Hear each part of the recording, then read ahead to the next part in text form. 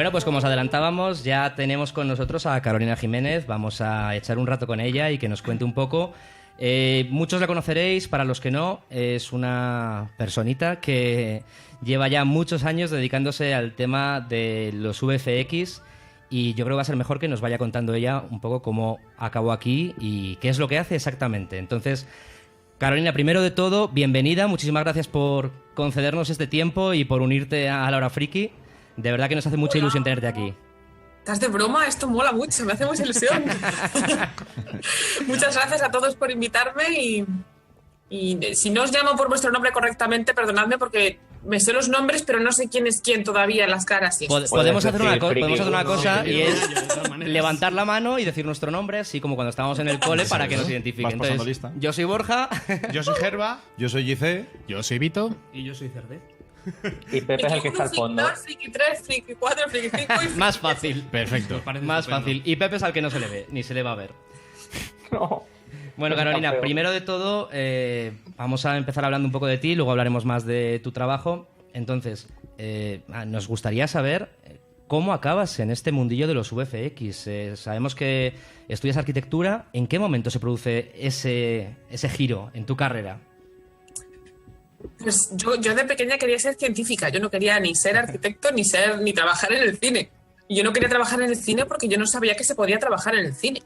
Porque vosotros que sois más o menos de mi quinta, cuando veíamos películas, si vosotros os acordáis, las películas eran películas, no era un trabajo. Para mí eran mundos y aventuras y personas reales, en sitios reales. Y no era un trabajo. Entonces eso ni se me pasaba por la cabeza. Yo quería hacer o biología o astronomía, es lo que yo quería hacer. Pero por presiones familiares y por otro tipo de circunstancias acabé empezando arquitectura. Pero a mí no me gustaba mucho la arquitectura. Lo que pasa es que en la época en la que yo empecé a estudiar arquitectura empezábamos a tener contacto los estudiantes de arquitectura con los primeros programas de simulación en 3D, porque hacíamos los planos en AutoCAD y a mano, que todavía hacíamos los planos a mano. Pero empezamos a tener simuladores de 3D, simuladores para hacer los edificios muy rudimentarios todavía, porque empezábamos con una aplicación que tenía AutoCAD para 3D y con 3D Studio Max. Entonces ese fue mi primer contacto con el tema de la informática y la realidad virtual y tal, y eso me molaba muchísimo más. Yo me tiraba las horas muertas haciendo naves espaciales en vez de casas, porque lo de las casas era muy aburrido. Me suena, yo también lo hago. Sí, hay que decir que hay un par de arquitectos. Hay dos arquitectos aquí, tanto Vito como Pepe son arquitectos y creo que te entienden perfectamente. Sí, ¿verdad? Pues llegó un momento que estaba claro que yo estaba echando más tiempo en eso que en la arquitectura y que la arquitectura no iba a ser lo mío, porque la carrera es muy bonita, pero la profesión es un poco tediosa. Si hay arquitectos en las salas sabrán que más de la mitad del tiempo es papeleo, permisos y cálculos más que creatividad. Entonces no terminaba de ser lo que a mí me llamaba la atención. Entonces dejé la carrera sin saber muy bien qué quería hacer, porque lo del 3D estaba muy bien como afición. Yo le echaba las horas muertas por la noche, pero eso no le veía yo salida ninguna. Y justo ese año fue el año en que se había estrenado en las navidades anteriores la primera película del Señor de los Anillos, La Comunidad del Anillo, y ese verano, justo cuando yo decidí dejar la carrera, salían los DVDs, si os acordáis, de extendidos, de la versión extendidas, con las figuritas y con todo el tema. Por primera vez, y venían unos DVDs preciosos, enormes, con metraje nuevo y tal. Yo me había visto la película como 4 veces en el cine, unos meses antes, pero no había visto los documentales. Entonces, para mí fue la primera vez, cuando me senté a ver esos documentales, que yo vi con detalle cómo se hacía una película. Porque sí que habíamos visto de vez en cuando behind the scenes y documentales del making of de otras películas y tal, pero con tanto detalle y con tanto entusiasmo y con tanta pasión, y cómo se hacían las miniaturas y cómo diseñaban las armas y cómo ponían las caretas y luego, obviamente, como cuando entraban en el mundo digital, cómo diseñaban a Gollum, cómo animaban a Gollum, porque era Gollum prácticamente. La primera película no había mucho más digital. Sí. Quiero papas. Pero a mí ahí se me abrieron los ojos. Yo ahí dije, sí que se puede trabajar en esto del 3D, que llevo trasteando con ello un par de años, y resulta que se pueden hacer hasta películas. Entonces, ahí para mí se me abrió el cielo y fue cuando yo comprendí que yo quería dedicarme al 3D. Obviamente lo de dedicarme al cine en aquel momento parecía algo todavía imposible, pero al menos vi una lucecita al final del túnel. Busqué una escuela en Madrid donde estudié 3D de verdad y no jugar simplemente en casa, y me apunté y ahí empecé. vamos a más adelante a entrar un poco más en eso, en las primeras producciones en las que te metes y a entrar un poquito más en ese tema de los orígenes, pero no lo hemos dicho al principio y lo aprovecho para comentarlo ahora. Carolina está dándonos esta entrevista desde Vancouver, donde reside ahora. Este trabajo en el que acabaste te ha llevado por Nueva Zelanda, Londres, Vancouver, más sitios, creo, incluso. Australia también. ¿Con qué te quedas? ¿Con qué te quedas de todo? Con la tierra del Lobezno. Yo creo que aquí. Pero yo he sido... Australia mola un montón, fueron unos meses súper divertidos. Londres no mola tanto. Aprendí mucho y profesionalmente estuvo interesante, pero no mola tanto. Y Nueva Zelanda, yo me enamoré de Nueva Zelanda. Allí yo y mi chico, que fuimos para allá los dos, hemos estado allí viviendo 3 años y es la tierra media, literalmente. Y la gente es encantadora y los paisajes son maravillosos y se vive muy bien. Pero está muy lejos, son 2 horas. Cada vez que queríamos ver a la familia, 2 horas, digo, 2 días de viaje. Queríamos ir a España a ver a la familia, de ida y de vuelta. Y es muy caro ir y venir. Y es muy pequeño. Wellington, ahí donde lo veis, es la capital del país, pero es un pueblo súper pequeñito. Entonces está limitado y está bastante lejos.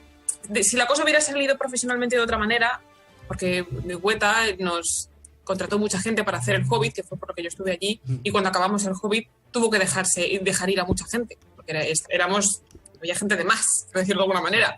Entonces, un poco nos vimos forzados a marcharnos. De no haber sido así, a lo mejor nos habríamos quedado allí. Pero las circunstancias al final nos trajeron aquí a Vancouver, que es un término medio muy, muy, muy agradable, porque está mucho más cerca de España. Fíjate, para que Vancouver esté mucho más cerca de España de está en Nueva Zelanda. Y es más grande, hay más posibilidades, hay muchos estudios de cine, hay muchas más posibilidades de todo. Entonces, eso es un buen término medio. Se vive muy bien, también hay mucho civismo, la gente es... No tanto como en Nueva Zelanda, que es exagerado, que aquello es como el show de Truman. Pero esto es un buen lugar para echar un poco el freno, porque son muchos países. 5 países en menos de 6 años es mucha tela. Sí, mucho. Tienes que estar de mudanzas ya hasta arriba. Internacionales, además. ¿no? Solo de pensarlo me dan escalofríos. Oye, ¿cómo se hace una mudanza internacional a todo esto? ¿Qué dices? ¿Lo mando en un avión o cómo? Pues lo que te puedas llevar contigo, lo imprescindible, lo llevas contigo en 2 maletas lo más grandes posibles, pagando el exceso de peso, y todo lo demás va por barco. Nosotros llevamos 5 cajas enormes entre ropa, cosas y libros y tal, que va por barco y tarda 3 meses. Carolina. Entonces y esperas que llegue, ¿no? Eso tiene que ser peor que un avión. Claro, nosotros mandamos las cajas un mes antes de marcharnos de Nueva Zelanda para España. Las cajas llegaron 2 meses después de que nosotros llegáramos a España. Y menos de un mes después de que llegaran las cajas nos estábamos preparando para mudarnos para Nueva Zelanda, con lo cual lo mandamos todo para acá. A Vancouver, lo mandamos todo para acá y las cajas llegaron 2 meses después de llegar nosotros. Es un dolor. Las mudanzas internacionales son un dolor. Y la espera de saber si llegan o no llegan. Toda tu casa, toda tu vida ahí metida en cajas. Esto a mí me genera una duda que además voy a lanzar para todos, no solo a Carolina. Los que nos veis desde YouTube estaréis viendo todas las figuritas que tenemos aquí y tal. ¿Vosotros consideráis que esto es parte de lo imprescindible si tenéis que hacer una mudanza internacional? Por supuesto. Depende qué figuras, pero sí, muchas de ellas sin duda. Muchas de ellas, ¿verdad? Sí, muchas de ellas no me movería ni al pueblo de al lado dejándolas en casa. O sea, tienen hasta un valor sentimental ya tantos años después. Yo he regalado ropa para que me cupieran figuritas en las cajas. Desde luego. Está clarísimo. De que sí, hay prioridades en la vida. ¡Hombre! Vancouver es una de las capitales de los VFX, ¿no? Es de donde más se mueven, por lo menos en estudios grandes. Hay más ahora compañías, sí, por temas de que el gobierno canadiense da muchas facilidades fiscales y ese tipo de cosas. En los últimos 6-7 años todos los grandes estudios han venido aquí. Lo llaman el Hollywood del Norte, de hecho. Y no solamente VFX, no solamente efectos especiales, que están aquí. En los últimos 2 años han abierto aquí los 3 grandes estudios que faltaban, se han venido para acá ya. Han abierto sucursal, no se han mudado, pero sí que han abierto sucursal. Pero no solo eso, sino que se rueda muchísimo. O sea, que es muy fácil ir por la calle todas las semanas, vemos 1 o 2 rodajes por la calle. Sí. Entonces, con sus pantallas croma en los parques y en las calles, y nos cortan las calles de vez en cuando, porque hace 2 meses que todavía hacía calorcito, bajaba yo por aquí por mi calle y estaban con unas grúas enormes, había 2 chavales con unas pistolas de nieve, echando nieve en una ventana, porque estaban rodando, habían decorado todo de Navidad y estaban rodando algo navideño dentro de una de las casas, echando nieve por la calle. Teníamos la calle nevada. O sea, es fácil. Aquí todas las semanas vemos algo de eso. Así que es una pequeña capital del cine, lo cual mola un montón. Mola mucho. Por cambiar un poquito de tema, antes de entrar en la parte más técnica, además de tu trabajo, de los VFX, una parte importante de tu vida, comentabas antes también que era tu aspiración de pequeña, el ser científica, es la divulgación científica. Participas en varios grupos y además eres muy activa en redes sociales en todos los temas de escepticismo. ¿Cómo acabas ahí? Y sobre todo, ¿qué es lo que te engancha para seguir ahí tan activa? Pues como no pude dedicarme a la ciencia como profesión, pues la dejé como afición y no la puedo soltar. Pero eso es más que una afición, es una pasión. Eso te engancha cuando eres pequeño y ya no la sueltas. Entonces, pues por eso digo siempre que no soy científica de profesión, pero sí de corazón. Entonces, pues mi aportación no puede ser la de un científico profesional porque no es mi campo, pero sí puede ser la de, como soy una ávida consumidora de divulgación científica, sí que puedo transmitir eso que sí que sé cómo se hace, que es divulgar. Tengo curiosidad, ¿qué sueles consumir, digamos, científicamente hablando? ¿Qué son libros, páginas web? Empezaba revistas? rara la pregunta, ¿eh? Sí. ¿Qué consumes habitualmente? Pues libros, sobre todo libros, y sí que podcast, páginas web. Soy miembro de Naucas, con lo cual todo lo que escriben todos los de Naucas, que somos un montón, somos más de 80 ya colaboradores, cada uno con su blog. Hay material para una vida y media. Pero sobre todo libros en papel. Yo soy muy, muy aficionada a los libros de papel y en concreto a Isaac Asimov. Asimov es mi escritor favorito, es muy conocido por la ciencia ficción y no tan conocido por la ciencia, pero tiene 10 veces más libros de ciencia que de ciencia ficción. Sí, es verdad. Y yo creo, si no, esto está sin confirmar, pero debo tener la colección de libros de ciencia de Asimov en español más grande que hay. Sí, porque tengo aquí como 2 cajas y otras 4 o 5 cajas en España, barcos, ¿no? En barcos no, en mi casa de mi padre. Hablando de Tiene Asimov, 2 a mí... habitaciones llenas de nuestras cosas. Y Asimov escribió muchísimo física, de química, de biología. Él era químico. Pero escribió mucha más ciencia que ciencia ficción. Entonces eso... Y escribía muy bien, ya sabéis como lo buen escritor que era, ¿no? Pero transmitía muy bien, tiene una manera de explicar y de enseñar cuando enseña a quienes no saben ciencia, porque enseña ciencia para no científicos y es delicioso de leer. Eso lo aconsejo a todo el mundo. Y muchísimos de sus libros, obviamente él ya murió, muchos de sus libros tienen ya años y aún así hay muchos de ellos que todavía son más que actuales. Son muy actuales muchos. Además, no solo se metía en cosas de ciencia, es decir, ahí está la historia universal Asimov, historia... la y Biblia de historia, de ya Asimov, ves. en el Tocó sistema, todos los palos. en el sistema decimal de clasificación de biblioteconomía, creo que ha escrito libros en 9 de las 10 clasificaciones que hay, o sea que es brutal. Asimov, sí, tienes toda la razón. Un culo Hay inquieto. una pregunta aquí que viene enlazada con esto y no sé quién la ha puesto. Está en un documento compartido que utilizamos aquí para poner preguntas y alguien la ha puesto, entonces no sé quién ha sido, pero que aproveche para lanzarla ahora. Ah, sí, bueno. No, mira, nosotros sabemos que la ciencia ficción es un terreno muy fuerte en el cine, ¿no? Pero ¿hasta qué punto las películas tienen que ser precisas en temas científicos? ¿Hasta qué punto tienen que ser realistas? ¿O debe primar el espectáculo Muy frente a la buena exactitud pregunta. científica? Muy bueno. Me alegra que me preguntes. Me alegra que me preguntes. Pues depende porque hay películas que son están más pensadas para tener más exactitud científica y otras que están más pensadas para ser espectáculo.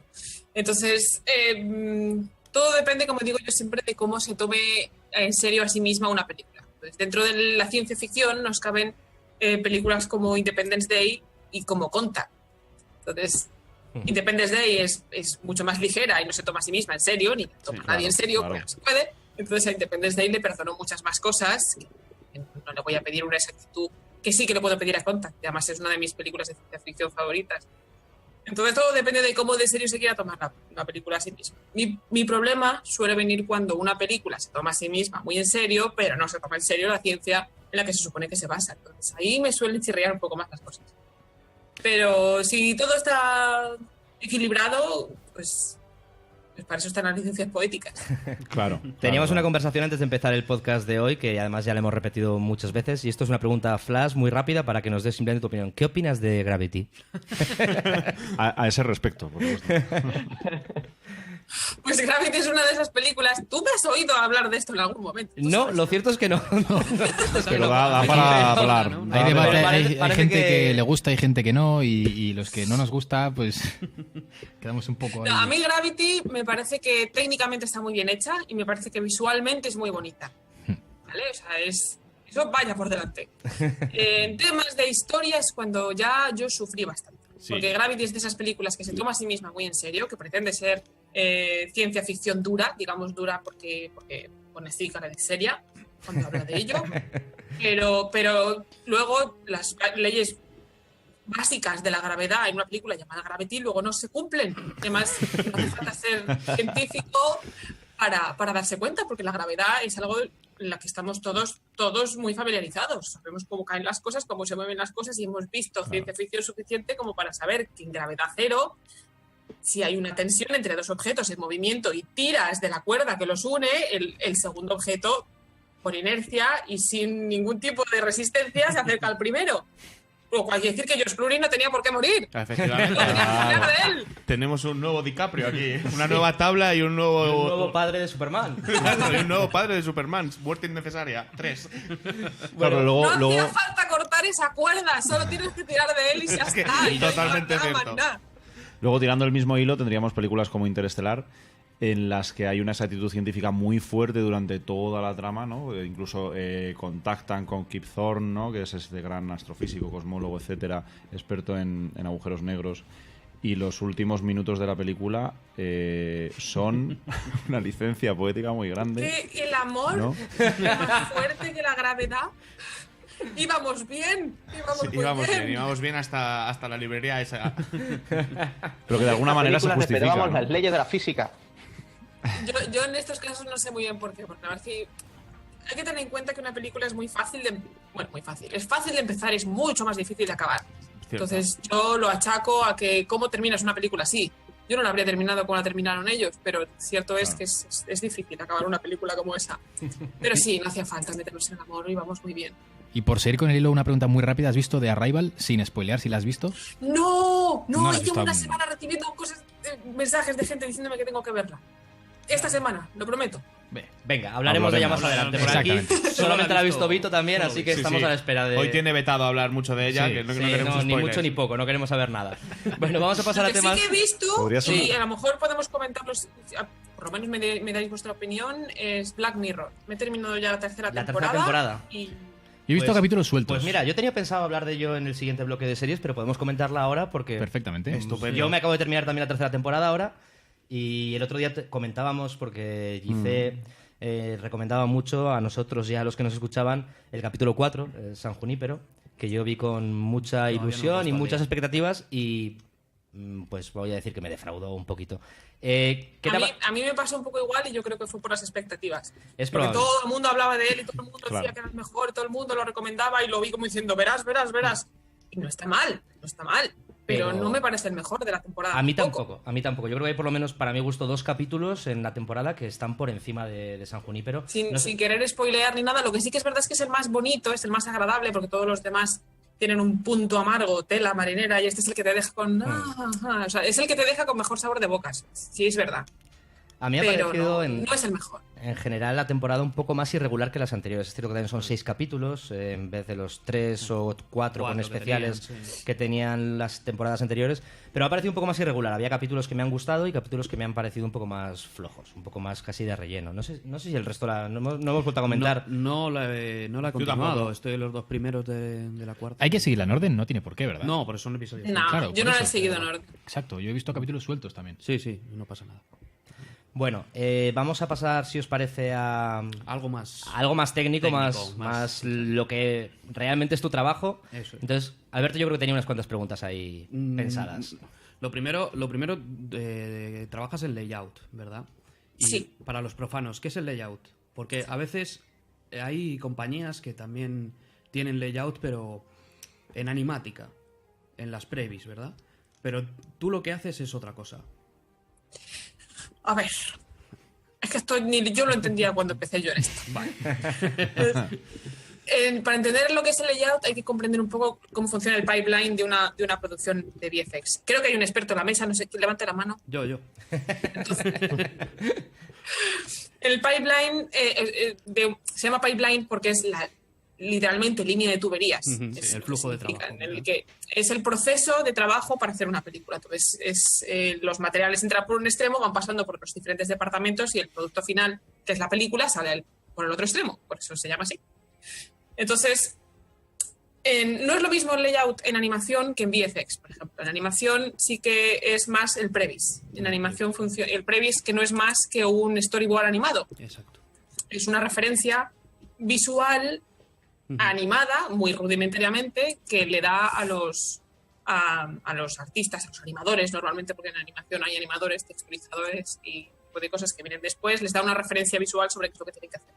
Pero en VFX tenemos otro tipo de material adicional, que es la grabación en set. Exacto. Pues, Sí. tenemos actores reales y sets reales que graban con sus fondos croma y con sus objetos croma y tal, que son las cosas que después nosotros sustituimos, los artistas de VFX sustituimos por cosas digitales.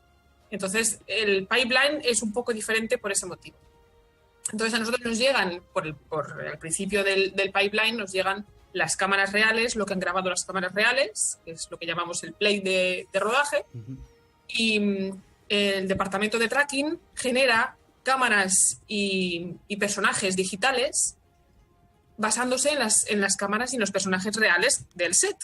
Porque obviamente si tenemos una cámara real que ha grabado o un personaje real haciendo algo en concreto y tenemos que poner cosas o en sus manos o detrás de él, la cámara digital que va a animar esas cosas digitales que nosotros vamos a añadir tiene que coincidir exactamente con la cámara de play, la cámara del rodaje. Sí. Entonces a nosotros nos llegan esas cámaras, las digitales y las reales, y nos llegan todos los materiales digitales, que suelen ser los modeladores, modelan edificios, objetos, armas, yo qué sé, todo aquello digital que tenemos Todos que los sustituir props por aquello que está en meter verde croma. Exacto.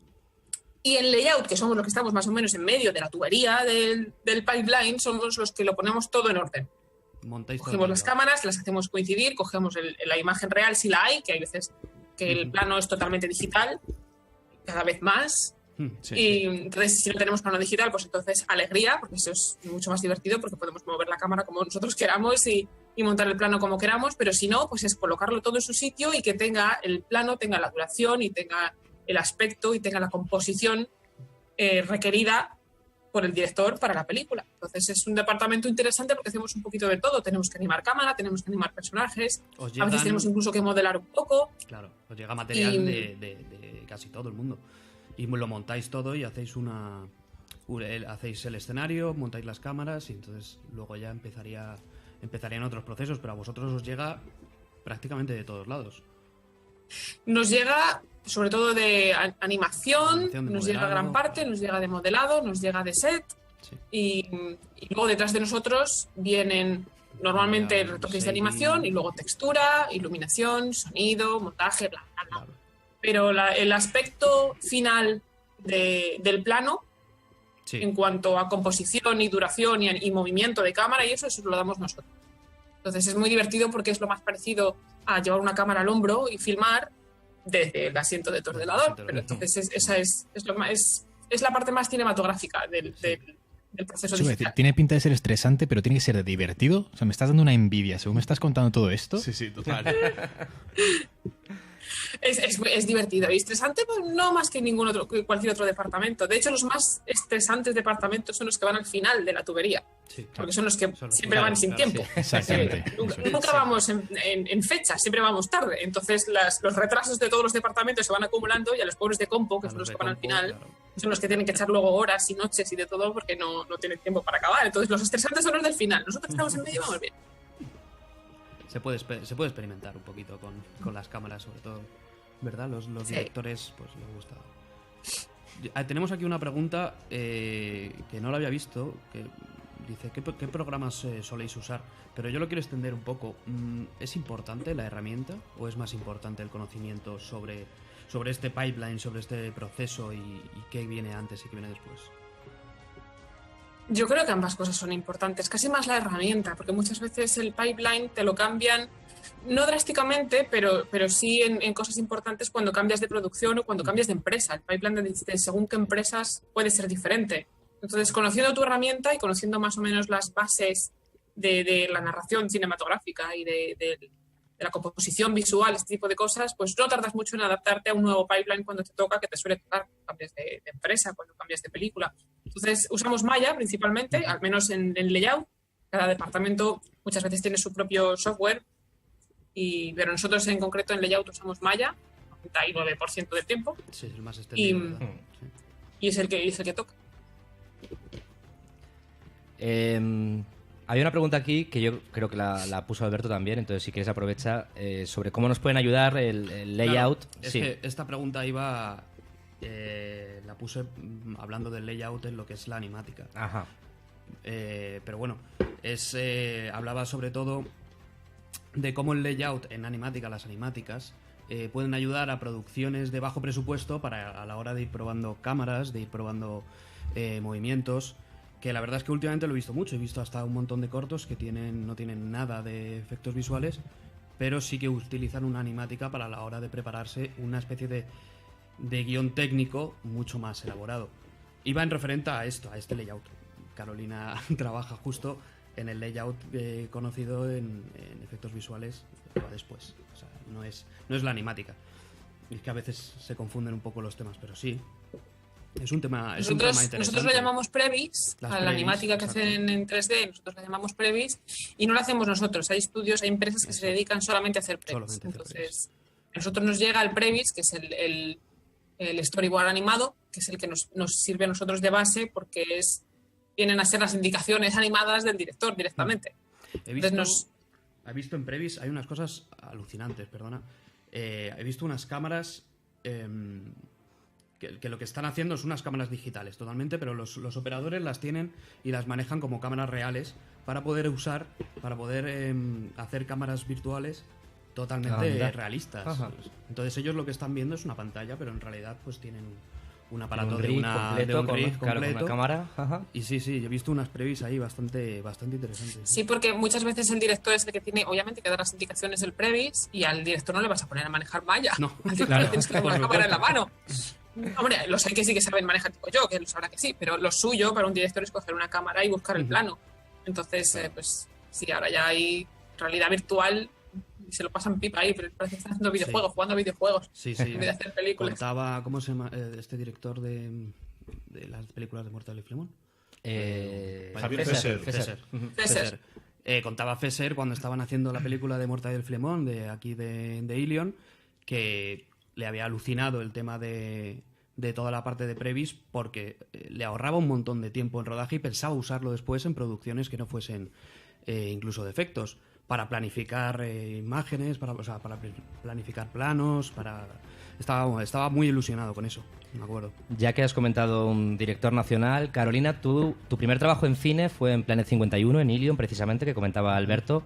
A mí me interesa saber un poco cuáles son las principales diferencias entre el trabajo aquí en España, la experiencia que tuviste, y lo que has visto en el extranjero. Pues como trabajo en el cine, mi experiencia en el cine solo he tenido una, tampoco tengo mucho con lo que Claro. comparar. Pero sí que es verdad que en Ilion, cuando trabajé yo en Planet 51, no sé cómo de típico era el estudio español Ilion, porque no había muchos. Y este era, de hecho, el más grande y había gente de todas partes del mundo. Sí. Se parecía más a un estudio internacional que un estudio español, por decirlo de alguna manera. Y yo no encuentro tanta diferencia entre España y el extranjero, sino más bien entre estudios. Así que cada vez que cambias de estudio, que en mi caso incluía cambiar de país, Sí. sí que hay diferencias. Pero yo lo achaco diferencias entre los estudios, no todos trabajan de la misma manera. La única vez que he trabajado en dos estudios en un mismo país ha sido aquí. Y hay muchas diferencias también. Entonces, yo creo que no es tanto la diferencia entre países o cómo se trabaja en cine en España y Sí. fuera, más que Como empresas. estudios concretos. Claro. Sobre todo porque no tengo más que una experiencia en España, entonces no Claro. te sé No se puede. contestar con rigurosidad. Siguiendo con el tema nacional, bueno, ahora en España, en los últimos años, se han puesto muy de moda las escuelas de VFX. Aquí en Madrid tenemos Estamos viendo un Trazos, montón. tenemos UTAD, Está tenemos CICE. CICE. Y además hay un montón de profesionales que están demostrando estar muy preparados y empresas trabajando para producciones enormes como Juego de Tronos ahora mismo. Hay partes que se Efectivamente, que se hacen en desde aquí, Miopía, desde en España. el Ranchito. O sea, hay un Hay montón bastante de movimiento en los profesionales últimos años. como la copa de un pino, pero Por fin va subiendo, sí. Por fin va Sí, subiendo, sí, menos sí. mal. ¿Cómo lo ves tú desde fuera? Más que profesionales sabemos que tenemos, pero la industria, ¿se ve que estemos creando algo de industria? ¿O que estemos creando material propio? ¿O es...? No Yo sé creo cómo- que el material de animación, de VFX hay muy poco en España, la verdad es que hay muy poco, pero Muy también poco, porque muy el cine poco. que se genera en Está- España requiere no lo poco requiere, VFX. claro. No lo requiere, claro. Entonces es otro tipo de cine. No sé si porque ese es el cine que mejor se nos da o porque no se le ha dado todavía ocasión a entrar al otro tipo de cine, el cine de VFX en España. En España hay series, las series llevan a menudo más carga de VFX que las propias películas que se producen en España. Entonces yo creo que todavía no ha arrancado. Me gustaría que arrancara algún día. No sé si va a arrancar algún día porque no sé hasta No lo qué sabemos. punto se nos va a dar... No mal, obviamente, sino es algo que se consuma, que nos guste en España. Que se cree un Pero hay público muchas- para Sí, ello. dime. Sí, que se cree un público para consumir ese tipo de material de aquí. Lo consumimos, pero viene de fuera. Exacto. Claro, esa Entonces es la sí cosa, que es ese es verdad el que hay problema. muchas más escuelas que cuando yo empecé en Madrid había 2 escuelas, nada más. Ahora hay muchas más. Hay escuelas online. Entonces hay mucha formación, Hay mucha información. pero poca posibilidad de trabajo. Entonces, muchos de los alumnos, de los profesionales de los VFX y de la animación que se forman en España, acabamos saliendo fuera porque en España no hay más formación y más interés todavía que industria. Entonces, yo espero que sea una fase, que tarde o temprano empiece a arrancar, pero no lo sé, no sé de qué depende. No sé si es que no lo sé. Bueno, yo creo que depende de lo de siempre, ¿no? Del principio de este embudo, de que si se quiere hacer material, pues se tiene que poner dinero. Y bueno, hay series que intentan hacerlo y hay series que de verdad están teniendo una carga de efectos visuales muy grande, como puede ser el Ministerio del Tiempo, Sí. una de las últimas, que Por es ejemplo. que han estado Y trabajando yo sé que hay gente sobre con ganas horas. y estoy segura de que si hubiera otro tipo de impulsos, no sé dónde tendrían que venir, pues probablemente acabaríamos arrancando y lo haríamos también como cualquiera. Pero de momento no hemos conseguido más que arrancar. En educación ya vamos mejor. Sí. Eso es. La verdad es que ya es es el algo. primer paso. Es el A primer lo mejor paso. no es la cuestión de salir o no salir, es la cuestión de que haya una industria más global y que no haya problema en estar trabajando en un día en un lado y en otro día poder trabajar en España. Bueno, realmente es lo que pasa ya, ¿no? El Está, mundo de los claro, está VFX. pasando, pero podría ser el Dímelo a cambio. mí. Claro. Oye, por enlazar Te con mueves. esto y seguir con las comparaciones, no te pido que hables mal de ninguna de ellas y ni creo que lo vayas a hacer, pero comparaciones, diferencias entre trabajar en Doctor D, en Beta o en Double Negative, donde estás ahora, ¿qué nos puedes contar? ¿Apreciaste alguna diferencia cuando fuiste saltando de proyecto, de país y de empresa? Pues yo creo que como todo, cada empresa tiene sus cosas buenas y sus cosas malas. Y yo juzgo a las empresas en las que he trabajado por la experiencia que yo he tenido. Y la verdad es que han sido todas buenas. Debo reconocer que casi todas las empresas en las que he trabajado me han dejado un muy buen sabor de boca. Entonces, para mí, por ejemplo, Doctor D en Australia, tengo un muy buen recuerdo de ella, buenísimo, porque fue mi primera experiencia fuera. También recuerdo pasarlo muy mal, pasar mucho miedo. Fíjate, que agarras la maleta y vete por primera vez, otro país, otro idioma, otro software, porque trabajábamos en Houdini, no trabajábamos ni en Maya ni en 3D Studio. Entonces, recuerdo mucho susto, pero también recuerdo muy buenos amigos y la película acabó siendo divertida. Entonces, yo lo juzgo por mi experiencia y la diferencia muchas veces viene en el tamaño. Weta, por ejemplo, era grandísimo. Claro. Éramos más de 1000 trabajando. Entonces, muchas veces la forma de trabajar se tiene que adaptar al tamaño de la empresa y al número de trabajadores que tiene. Entonces, las cosas no son iguales cuando somos 1000 que cuando somos Claro, 150. está claro. A mí me gustaría romper Pero- un momentito, justo que has dicho algo de lo del miedo, me gustaría preguntarte si merece la pena, que yo creo que sí, ¿no? Toda esta gente que está como retenida a lo mejor en su país por miedo, exactamente, por miedo a lanzarse, ¿no? A irse a otro país, a lo desconocido, a lanzarse a vivir su sueño, porque al buscar final lo que, Sí, lo sí, que te lo que gusta, te gusta, vivir de sí. ello. ¿Tú qué les dirías a todos ellos que están así como un poquito, que no saben qué hacer, si lanzarse, no lanzarse? Si merece la pena o no depende de cada uno, lógicamente. Está claro. Miedo da mogollón, pero mucho. Mucho, porque tienes que dejarlo todo atrás y, por ejemplo, en Australia no fue para tanto porque yo me fui por 6 meses, iba a ser un tiempo corto, fui porque además terminaba la producción y cerraba la empresa y yo sabía que iba a volver a España, entonces fue algo como muy temporal. Pero cuando la cosa empezó a ponerse seria y me llamaron de vuelta y tuve que irme para Nueva Zelanda, ahí sí que es dejarlo todo, es vender el coche, alquilar la casa, se vino mi chico conmigo que tenía un negocio, cierra el negocio, di adiós a la familia, métete en un avión y vete al otro lado del mundo. Ya ves. Les asusta mucho. Hay que tenerlo muy claro, está clarísimo. No lo tienes claro nunca. Sí, ya ves. Nunca lo tienes claro. Yo recuerdo estar sentado en el avión y decir, ay, que es verdad, que es verdad, que es verdad. O sea, da mucho miedo. Si compensa o no depende de cada uno. A mí me compensa muchísimo porque yo prefiero arrepentirme de lo que hago que de lo que no he hecho. Oye, ¿cómo fue? Pero eso es mi manera de ser. Entonces, Claro. sí que me dicen muchas veces eso de, ¡oh, qué suerte, qué valiente! Ojalá yo pudiera. Yo siempre digo, tira. Claro, la suerte hay que buscarla también. ¿Qué te lo impide? Esto no es cuestión de suerte. Sí que da miedo. Pero dejar que el miedo te quite las posibles experiencias y... No sé. Hay que intentarlo. Hay que intentarlo. Está Si sale mal, pues siempre puedes volver, que España no se va a ir. No se va a ir a No se va a ningún sitio.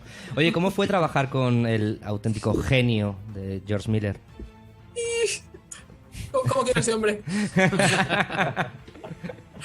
Pues la verdad es que nosotros trabajamos poco codo a codo con los directores, muchas veces no los vemos. En la mayoría de las ocasiones Sí. ni siquiera estamos en el mismo país que ellos.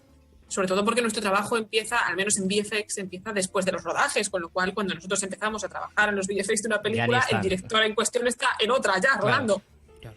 Pero en el caso de la animación y en casos concretos como en Dr. D o en Weta, que el director era dueño de la compañía en la que estábamos trabajando y estaba literalmente en el mismo edificio que nosotros, pues sí que no trabajas con ellos mano a mano, pero sí que te les cruzas, sí que no es difícil verles, estar en las reuniones. Entonces, con George Miller, pues yo era una novatísima y ya le admiraba muchísimo.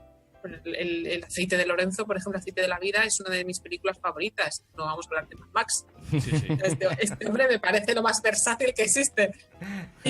Y fue muy divertido trabajar en Dr. D, pero no sé cuánto achacarlo a él. Sí que puedo contar que me crucé con él al salir del cuarto de baño. Él salía del cuarto de baño de chicos, yo salía del cuarto de baño de chicas. Nos chocamos literalmente en medio. Fue súper vergonzoso, pero fue a mí la experiencia de chocarme con mi ex jefe, George Miller. Ya ves. Genial. Oye, está muy en boga en los últimos días y semanas con el tema del estreno de la última película de Ang Lee, el Billy Lynn's Halftime Walk, el tema de los FPS. Entonces, enlazando con el Hobbit, ¿qué opinión tienes al respecto? ¿Al respecto de qué? De los frames por segundo. De los frames por segundo. De los 48 Sí, frames de los dichosos. 48 o los... ¿Cuántos han metido? ¿120? 120 van a ser. 120 van a ser en la de Ang Lee, sí. ¿Para qué? Claro. ¡Ay! Eso yo no lo sabía. Pues la verdad es que si con Es el Hobbit lo innecesario. intentamos y iba a ser un boom y venga tecnología y venga a adaptar las salas de cine y luego se quedó en un... Sí. Yo creo que más falta no hace. Igual son de ese tipo de cosas que en un IMAX puede estar muy chulo para una experiencia concreta o para, yo qué sé, una envolvente especial, pero para el cine a mí no me parece muy relevante. Yo que he vivido la transformación de una película de los 24 a los 48 y que he podido ver la misma película en ambos formatos, a mí los 48 depende mucho de la sala. También es verdad que no solo depende de la película, Sí, depende claro. también de la sala. Pero a mí me mareaba aquello. Sí, era un poco raro, la verdad. Sí. Sobre todo- La sensación será falta de costumbre también, en parte, Puede ser. pero, Sí. pero Puede la ser, sensación es puede extraña. ser. Planos, Es extraña. secuencias muy abiertos, a lo mejor quedaban muy bien, pero había otros Yo creo que hay algo movimientos más importante en este cerrados tema de que los costaban. FPS, que es que uno está acostumbrado a los FPS de las películas, ¿no? A los 24. Y cuando lo vea más, dices, esto no es una película, es la vida real. Es telenovela, Esto no me lo creo. Parece un documental. Sí, Sí, sí, un documental. Parece, se acerca Muchas más a veces. televisión. Y sobre todo cuando hay mucho movimiento delante de la cámara, que nosotros en cine usamos el motion blur, es el desenfoque de movimiento. Sí. El desenfoque de movimiento muy necesario en el cine se pega de tortas con los 48 Claro. frames que intenta dar más nitidez. Claro. Entonces, cuando tienes mucho movimiento de cámara cerca de la cámara, tienes mucho Claro. motion blur aquí delante y los 48 frames tratando de quitar blur y el otro tratando de poner blur. Se formó un No, cacao. no termina pongan de de acuerdo. parecerme... Claro. ¿Vosotros qué opináis? No sé. Yo opino que en los movimientos grandes, en planos abiertos, paisajísticos, quedaba muy bien. Estoy contigo. Parecía de verdad un documental sobre la Tierra Media, pero en planos cerrados, en planos de acción, en planos más de movimiento más cercano, mareaba. No se puede mezclar. Cuando la cámara está estática o se mueve despacio y el plano es muy amplio, muy lejano, pues ganas ese punto de nitidez que sí que puede ser un extra. Claro. Pero, claro, si vas a pelearte con orcos que te están metiendo la lanza en las narices, no es necesario ver la punta de la lanza y te 48, no sé. Y además con esa costumbre que tiene Peter Jackson de hacer las escenas de acción tan ordenadas y con tan poco movimiento, ¿verdad? Que parecen cámara fija, que no se mueve nada. ¡Ay, si yo te contara! No, cuenta. Sí que es verdad que es muy caótico, pero vamos, si tú métete en una cueva a pelear con orcos, a ver si va a estar ordenada la cosa. Está claro. En orden no se van a poner ni van a formar para... Esto está clarísimo. Oye, has trabajado, siguiendo con el tema del Hobbit, en un montón de grandes sagas de blockbusters en los últimos años. Has pasado por la Tierra Media, por el universo DC, ahora ya en Marvel. Y además, bueno... Me ha costado, ¿eh? Sí. Luego va una pregunta específicamente sobre eso, pero bueno, están por venir un montón de películas que se plantean como auténticos caramelos para los efectos visuales. Está anunciada Blade Runner 2, está anunciada Ready Player One. ¿En qué producción de las que están anunciadas o no, que puedan venir en el futuro, te encantaría trabajar o te haría una especial ilusión formar parte Power del equipo? Rangers. Ahí ya Ya ha trabajado en Power Rangers. Pues... Yo soy muy de Star Wars. Ahí está. Ahí vamos. Star Wars me falta y sospecho que me va a faltar durante bastante tiempo todavía porque Star Wars se lo queda todo ILM. Claro, Entonces, para trabajar en Star Wars hay que trabajar en ILM. Y yo ahora no tengo muchas ganas de moverme de empresa de nuevo. Así que tengo ILM, que está aquí también, en Vancouver, y tengo bastantes compañeros con los que he trabajado en otras empresas que están ahora en ILM y están en Star Wars y se lo están pasando muy bien. Entonces, eso es una espinita que tengo clavada y que no sé si conseguiré algún día porque tengo que cambiarme de empresa para ello. Quizá en algún día, ya veremos. De momento esa me falta. Pero más que saga, por director, me apetece Spielberg. Me falta Spielberg. Ya ves. Claro. Y al hilo con eso, Entonces- ¿fantasía o superhéroes?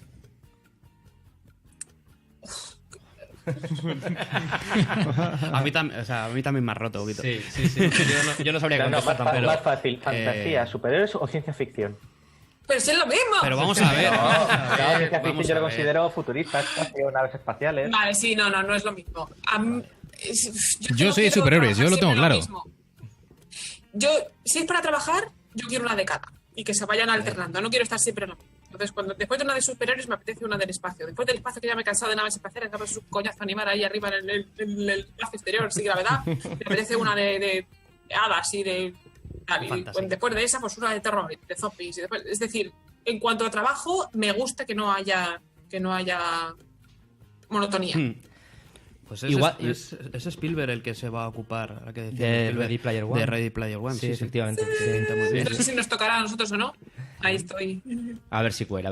Oye, y la misma pregunta que igual tiene la misma respuesta. ¿En qué peli ya pasada te hubiera encantado trabajar?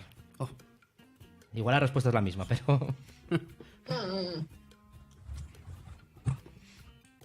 Es que no hay. Uf. ¿En cuál has pensado la primera cuando te he formulado la pregunta? Ay, hombre, me viene Star Wars de nuevo a la cabeza, pero yo era muy chica cuando Star Wars se rodaba, de modo que eso no... Voy pensando y luego si eso te... Vale, perfecto. A mí hay una que me hubiera encantado sin duda. A ver. Verás. Independence Day. Ben-Hur. Madre mía. Pepe tiene una filia extraña con Independence Day, pero muy... Pero Independence Day la 1. La 1, sí, la sí. una, Ah. la una. No, ya sé. Parque Jurásico. Ahí está. Estaba pensando, digo... Sí, señor. Digo... Oh, Terminator. También, Terminator 2, madre mía. Qué buen ¿Robocop? momento para los VFX. Robocop, dice. Pero Robocop es más que de VFX, es de ponerse perdido de sangre. Sí. Lo estaba pensando También, cuando contestabas que Star Wars, que además estaba seguro de que iba a ser tu respuesta, pero ¿no te quitaría también, como fan, ya no como profesional, como fan, no te quitaría gran parte de la magia el no ser el día del estreno cuando ves toda la magia proyectada, sino haberte ido haciendo spoilers durante el trabajo? ¿Eso te ha pasado? Claro que me ha pasado con el Hobbit. Claro. Hombre, me pasa con todas, ¿no? Pero Que te spoileen Star Trek duele menos, casi. Sí, Pero, a mí sí, pero desde sí, con luego. el Hobbit, claro, tú te sientas en la butaca del cine y ya sabes lo que vas a ver. No Vale, solo vale. sabes lo que vas a ver, sino que yo veo todos los defectos que vosotros no veis. No, O sea, claro. yo veo todo lo que ha salido mal, Claro. yo veo todo lo que no nos dio tiempo a terminar. Yo Tú veo ese sigues teaser, trabajando al final. Claro, entonces es difícil sentarse y relajarse y disfrutar de la película. Primero porque ya te la sabes y segundo porque es parte, es tu bebé. Estás ahí, que no se note, que se vea, que quedado bien. Y una pregunta, conforme ibais haciendo el Hobbit, ibais notando algo, esto no lo veo yo.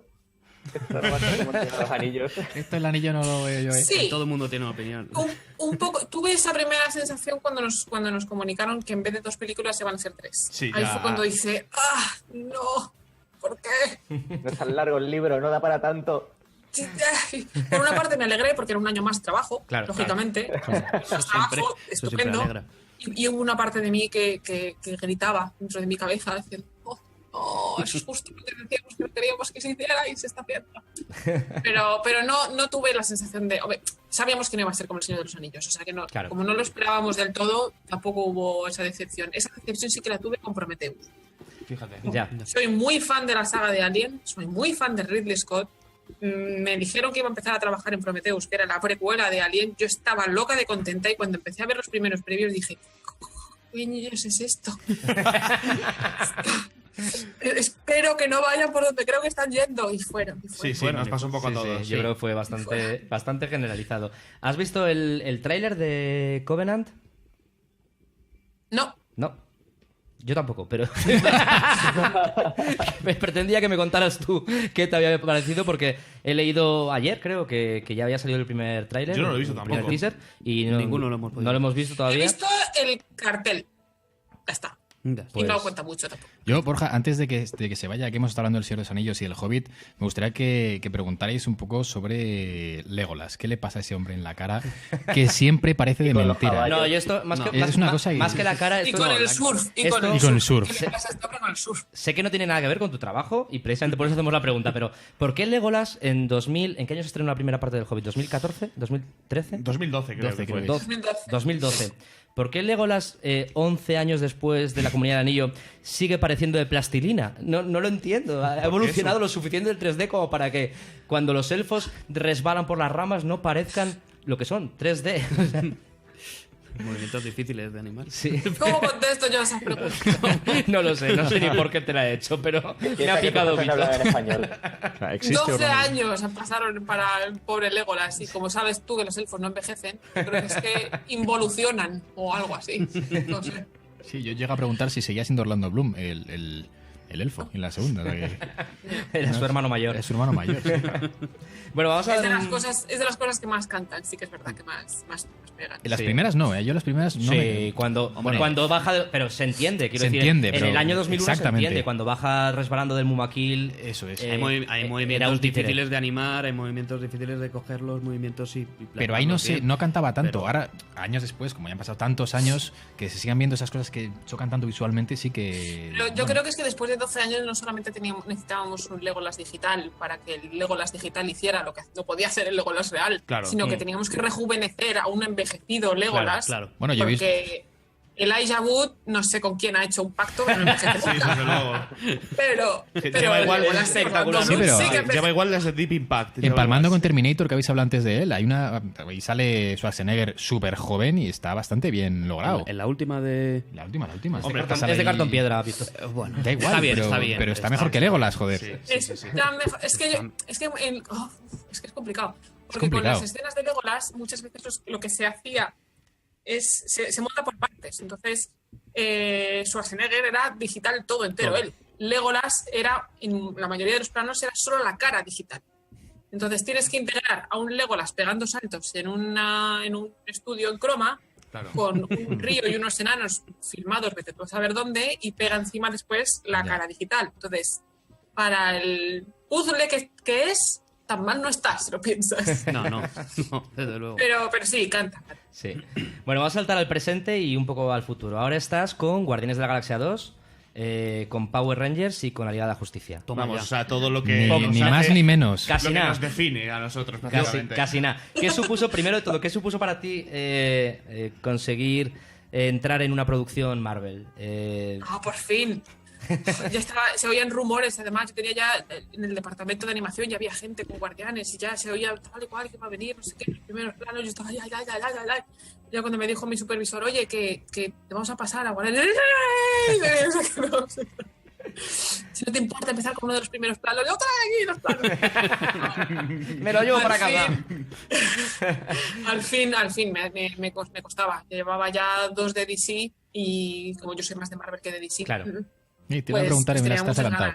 Sí, yo lo sabía, se lo voy a preguntar, pero ya se lo había escuchado contestar en algún otro sitio. A pesar de Superman, te tira más Marvel, ¿verdad? Sí. Vale. Además, ha sido claro y conciso. Siguiente pregunta, no hay más. No, favorito de Marvel, rápido. Iron Man. Iron Man es mucho Iron Man. Es mucho Iron Man. Pensando en, o siguiendo, perdón, con lo que hablábamos del presente, estás en Power Rangers también, en la Liga de la Justicia. Sabemos que no puedes dar ningún dato de ningún proyecto. No, dalo, en no te curso, cortes. pero aún así, bueno, te voy a preguntar. Lo mismo vas a la cárcel también. ¿Tienen buena pinta? ¿Nos puedes decir algo o pasamos a la siguiente pregunta directamente? Tienes que ir a verlas. O sea, yo, Claro, hombre, sí. yo Power Rangers, la verdad es que yo solo con ver el tráiler digo, mira, yo ya me puedo morir ya a gusto. Porque, o sea, estamos hablando Joder, de la mejor Power serie de los Rangers 90 es un Transformer, con pero robots Power hechos de Rangers. cartón. O sea, porque me da igual, lo que venga va a ser increíble, va a ser lo mejor que has visto nunca. Yo solo digo eso. No os puedo contar nada, ya quisiera yo, pero en cuanto se estrenen, si queréis volvemos a hablar y os cuento. Perfecto. Pero hasta que no se estrenen no me dejo. Quedamos en eso. Sí, muy sí, bien. desde luego. Queda palabrado. Cuando se estrene Power Rangers hacemos otra entrevista. Estás deseando, Pepe, hablar de Power Rangers. Sí, ¿eh? Madre mía. Pepe está con Power Rangers. infancia, Estamos hay todos con robots. ganas. Sí, Pero, la verdad es que sí. Pero Pepe está especialmente... A ver, cuéntanos, ¿cuál es tu Power Ranger favorito, Pepe? El azul, por supuesto, el científico. El azul, el científico. Carolina, estás ahora con 3 películas, tienes el blog, escribes con Naucas, escribes... Y encima nos concedes una entrevista. ¿De dónde sacas el tiempo? Porque de verdad que los que te seguimos en las redes no lo entendemos. Sí, flipamos. Sí, flipamos. Tenemos una pregunta, como, yo creo que a diario, cada vez que vemos publicaciones. Ni escribo en Naucas tanto como me gustaría, ni tengo el blog tan actualizado como debiera, y las 3 películas me llevan las 8 horas de trabajo que son las que son. Sí. Así que no, ¿que cómo hago? Pues no me da tiempo. No. Pues llegando tarde y teniéndolo todo sin actualizar. Oye, Pero bueno, tengo ideas, y más proyectos que van a venir y estoy preparando un par de entraditas para el blog en vídeo también, a ver si quedan bien, que me está llevando la vida también. Pero es que os voy a contar, vosotros seguro que sacáis tiempo para hacer esto un sábado. Sí. hay que sacarlo donde sea. Pensando en el futuro, nos hablabas ahora de proyectos que tienes ahí pendientes, que tienes de futuro. A nivel profesional, ¿te ves en primer lugar en un futuro inmediato o lejano en un departamento que no sea layout? No, me gusta mucho el layout. Me gusta porque es muy variado y es muy creativo. Es más creativo y menos monótono que otros. Los animadores animan, los modeladores modelan, pero nosotros hacemos un poquito de todo y de nosotros depende el aspecto final de una película y tiene mucho de narrativa cinematográfica me gusta mucho el layout. Si me tuviera que cambiar a la fuerza, pues no me quedaría otra, pero me gustaría seguir creciendo dentro del layout. Oye, Carolina, ahora que hablas de la creatividad, ¿hasta qué puntos dan vía libre o manga ancha a vosotros para moveros dentro, para elegir, yo qué sé, planos, cámaras, lo que sea? Eso depende de la producción en concreto y sobre todo del director, porque hay directores y del tamaño de la producción. Es curioso que las películas, las más pequeñas, las de menos presupuesto y las más malas, vamos a decirlo así, las menos buenas, son aquellas en las que nos dan más libertad porque como que tienen menos importancia, por decirlo de alguna manera, y el director es mucho menos rígido. Entonces, esas son las más divertidas de trabajar. Y luego también depende del director, porque hay directores que lo tienen muy claro, matemáticamente claro, quieren eso, y hasta que no le des lo que ellos quieren, no te van a dejar salirte. Y otros, como Peter Jackson, por ejemplo, que tenía más o menos claro la dirección, pero te decía, dame 5 o 6 opciones y yo cojo la que más me guste. Entonces ahí sí que tenías la libertad de generar diferentes opciones, de poner un poquito de tu parte y esperar que le guste la tuya y tal. Pero, por ejemplo, James Cameron es todo lo contrario. Yo no he trabajado con James Cameron todavía, pero sí que tengo compañeros que han trabajado con él y creo que en ese sentido era doloroso porque era eso. O sea, él quería eso claro. Y no te salgas de ahí. Y tienes que darle lo que él quiere. Y él lo tiene claro en su cabeza y hasta que no lo ve, no te deja parar. Entonces, Depende de la producción, depende de las productoras. Muchas veces las productoras también están encima de ti y tienen que ser clavado el previs. Hasta que no sea como el previs, pues solo queremos que se parezca al previs. Y otras, ya te digo, cuando hay menos presupuesto, hay menos presión o hay menos tal, pues, Flexibilidad. no sé, dame algo. Cuando te dicen cosas como un plano interesante, dices, este es el tío. Porque no tienen Genial. dices, este pavo. Hoy es mi día. No, yo siempre he sido Pues defensor depende. de la libertad, de la creatividad y de dejar un poquito también al profesional que dé rienda suelta pues, a su creatividad. Pero no sé hasta qué punto en este tipo de películas que hay tanta gente de por medio, hay un Claro, proceso eso tan mismo es largo. lo que quiere el director también. Exacto. Tener rienda suelta para conseguir su resultado. Carolina, y fuera del cine, de las producciones, en tema de... Sé que has hecho ponencias sobre el tema docencia, todo esto. ¿Te ves metida ahí en el futuro como un aspecto principal de tu carrera profesional, digamos? Me gustaría compaginarlo con mi trabajo principal. Sí que me gustaría mucho porque siempre he sido ha sido muy vocacional en mí, ¿no? El querer contar, el querer explicar y enseñar a quienes quieren saber. Ese tipo de cosas me ha gustado mucho. Entonces, aún no he hecho demasiadas cosas, a pesar de que he tenido ya ocasiones, pero más por problemas de papeleo que otra cosa. Sí. Ya. Porque hasta que no tenga la residencia canadiense, mi visado de trabajo no me permite trabajar para otras empresas que no sea la empresa que me ha sponsorizado el visado. Entonces me han invitado ya a enseñar aquí en la Vancouver Film School, en la Escuela de Cine de Vancouver, y me han llamado incluso de una escuela de cine de Chile para dar una ponencia durante una semana. Lo que pasa es que hasta que yo no formalice la residencia canadiense de aquí y tenga más libertad laboral, yo no puedo trabajar para otras instituciones que no sea mi empresa. Claro. Entonces estoy deseando, sí que he dado charlas en CICE y he dado todas obviamente como voluntaria, y en España, que no tengo obviamente problemas para trabajar y este tipo de cosas. Y tengo varios proyectos abiertos que en cuanto se arregle el tema de la libertad de movimiento laboral internacionalmente, van a empezar en escuelas online y charlas aquí y allí, porque me gusta mucho hablar de lo que me apasiona, sea lo que sea. Entonces, pues sí, cuando hay alguien que quiere escuchar, como vosotros que estáis ahí escuchándome, pues me lanzo y no puedo parar. Claro. Pero sí que me gustaría enseñar. Sí que me gustaría enseñar. Vale, nosotros aprender. También lo digo. Desde luego. Yo tengo 4 preguntas flash rápidas, pero que las quiero dejar para el final. Entonces, no sé si os queda alguna pregunta al resto, chicos, para no robarle tampoco toda la mañana a Carolina, que pueda creo que- dedicar tiempo al blog y a todos los proyectos Y a que todos los tenéis. proyectos. No sé si os queda alguna pregunta pendiente. Por mi parte, no. Yo tengo una. Una voz, habla. Es técnica, pero es programas de render. Virrey, Arnold... Ah, sí, es que la taché antes. Sí, me dejaste sin mi pregunta. Sí.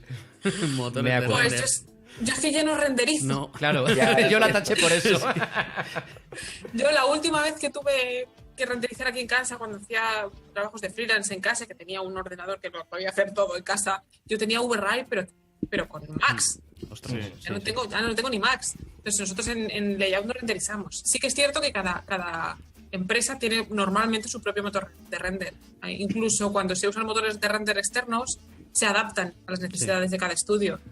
Entonces, pues pasa palabra. Carolina, yo sí tengo una Yo pregunta. era de Me- VRAI, pero ya de eso hace mucho. Yo tengo una pregunta que seguramente tengo aquí a Gice, me va a pegar una colleja, pero ¿no te jode a ti pagar por tu propio trabajo? O sea, ¿te tiras currando en una peli y luego pagas por ir a ver la peli? ¿No es una cosa extraña? Y más allá del precio de la entrada, ¿te quedan ganas todavía después de haber visto una película frame a frame? ¿Te quedan ganas de ir a verlo al cine? Es decir, esta película la he hecho yo. Tengo que entrar gratis. No, de decir, como vuelva a ver los enanos en el río, o sea, Oh. mato a alguien. Digo, no, a lo mejor digo, pues os dan entradas, os invitan al preestreno o algo así, pero Sí, normalmente sí. Normalmente el estudio, no todos, pero normalmente el estudio, al menos Scanline, el estudio en el que trabajo ahora, todas las películas que hacen nos invitan a todos, escogen uno de los cines de la ciudad y lo cierran para nosotros un día y nos invitan a todos a ver la película ese día.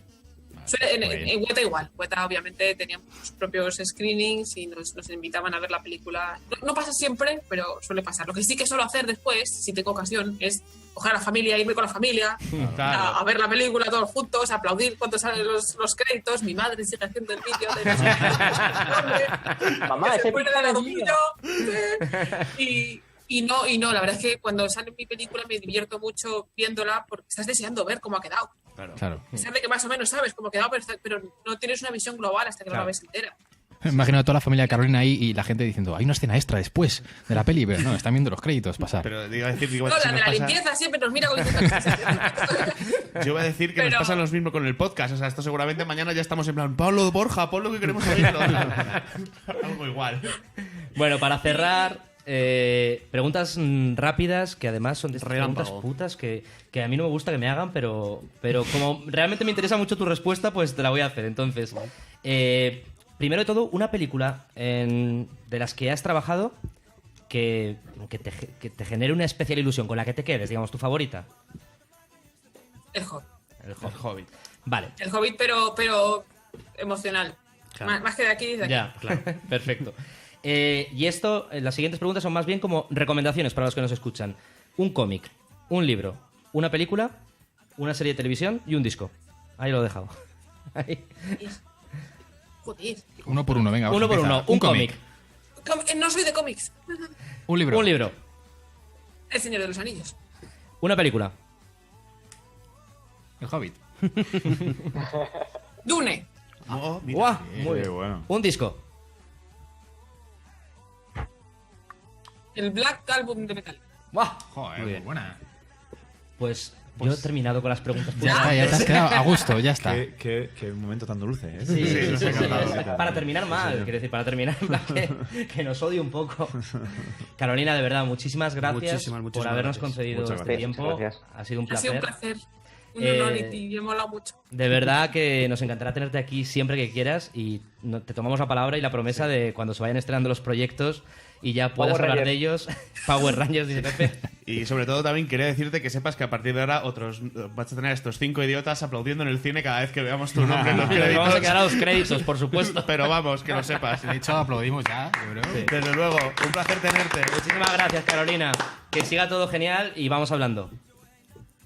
Chao, chicos. Gracias Chao, a todos. Adiós. Gracias, chao. Dios. Running away.